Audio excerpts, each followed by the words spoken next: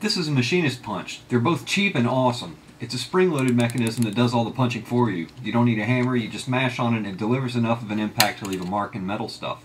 You need to mark these because if you're reusing any of these parts, they go back in the same holes. You don't want to mix them up. I'm only marking the rods for now because I'll be removing them one at a time. I'll be marking the caps later on the bench once they're out of the block.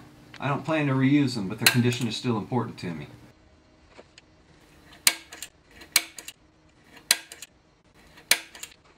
So with that out of the way, there's three critical values you need to know about the rods. One is rod gap. Rod gap is a space between the rod and the crankshaft. To check the rod gap, you simply use a set of feeler gauges between the rod and the crank to see which one fits. They're feeler gauges because using them requires you to develop the feel for them when you have the correct one. You only develop it with practice. It's trial and error, but it's easy. If the feeler gauge drags or snags in the gap you're checking, it's too big. In that case, you should step down to the next smaller size and see what it feels like in the gap. The right one will fit easily all the way around the gap of the parts. It's actually easier to demonstrate this in fast motion because the snags are much easier to see. You want to inspect both sides of every rod cap. You should get the same measurement on both sides if the crank and rod surfaces are flat. Slide the cap over and measure the gap. The tight tolerance here is really the only concern. It's big enough to account for thermal expansion when the parts heat up and grow. The rod gaps have little to do, if anything, with oil clearances on a 4G63 because the main bearing oil clearance is already tighter than the rod gap. Changing the gap here should have no negative effect outside of being looser and maybe a little noisier, especially when it's cold. There's a curved surface on the inside edges of the crank called a fillet radius. It's between the counterweights and the journals. The fillet radius helps oil evacuation from the bearings, but most importantly, they greatly increase the strength of the crankshaft. You really don't want to crowd the fillet radius. So if the rods are within spec, go ahead and keep using them. High revving builds could benefit from shaving the rods to a fatter gap to reduce friction, but aside from somebody's race motor, there's really no reason to shave them unless the rod gap is tighter than the narrow spec. The standard value for rod gap on all 4G63 engines is between 0.0039 inches and 0.0098 inches. That's roughly 4/1000ths to 1/100th of an inch on a fresh motor. The service limit is 16/1000ths of an inch.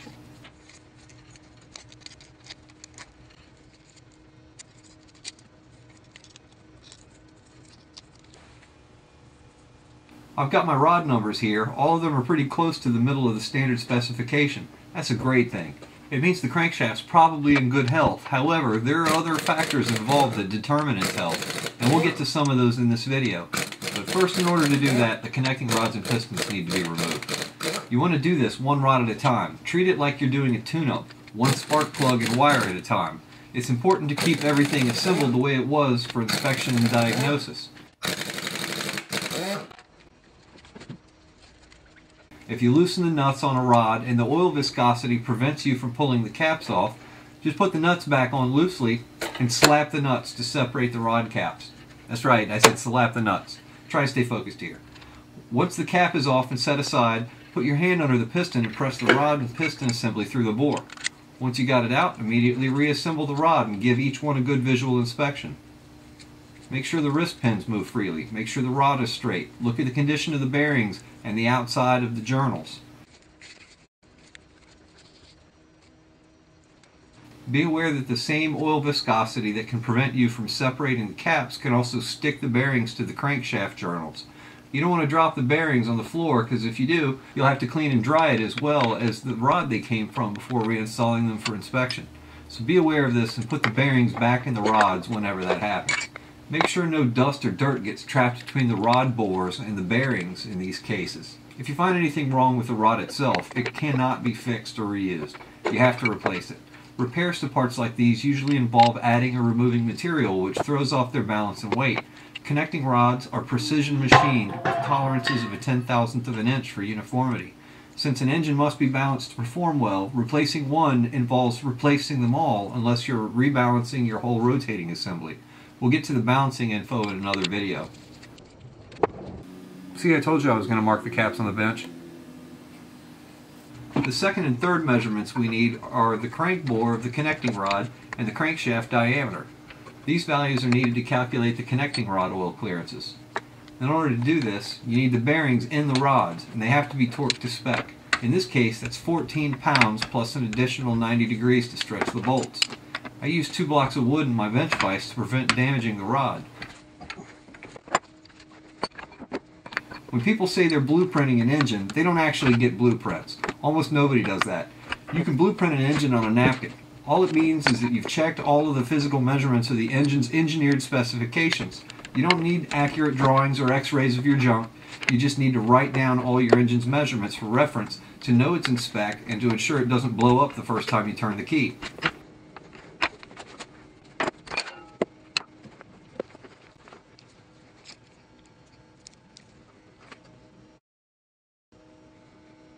Next, use a micrometer to measure each rod journal of the crankshaft.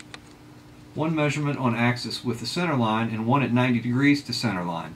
You would want the values of both measurements on each journal to be within 6/10,000ths of an inch of each other. The factory spec on a 4G63 crank bore is 1.771 inches. This is just a thousandth micrometer, but it's graduated in half thousandths and I can still see that kind of variance. Write each measurement down for center line and 90 degrees from center line for reference. If you saw uneven bearing wear while removing the rods, the crank might be tapered. To measure crankshaft taper, you make 2 measurements on the front and rear trailing portions of each rod journal. The taper limit of a 4G63 crankshaft is 2/10,000ths of an inch. I simply don't have a measuring device accurate enough to calculate that yet, but based on what I'm seeing here with these bearings and measurements, I'm not expecting to find it.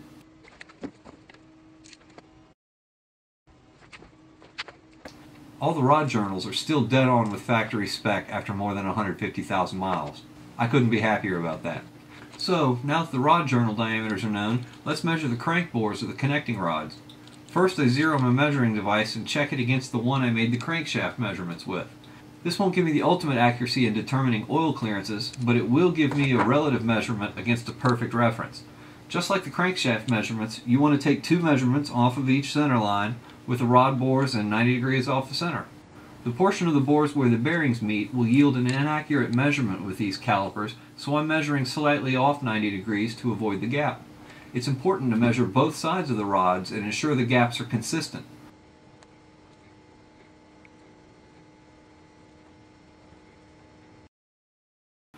Once you have a consistent reading, write down your results. Repeat this process with each rod.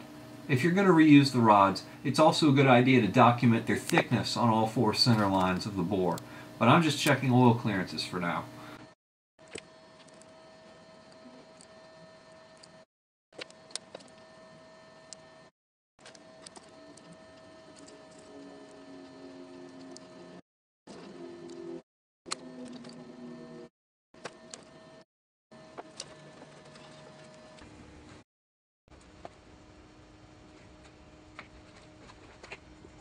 This is where the math comes in. It's just simple subtraction. You subtract the crank journal diameter from the rod bearing diameters, and that yields oil clearances.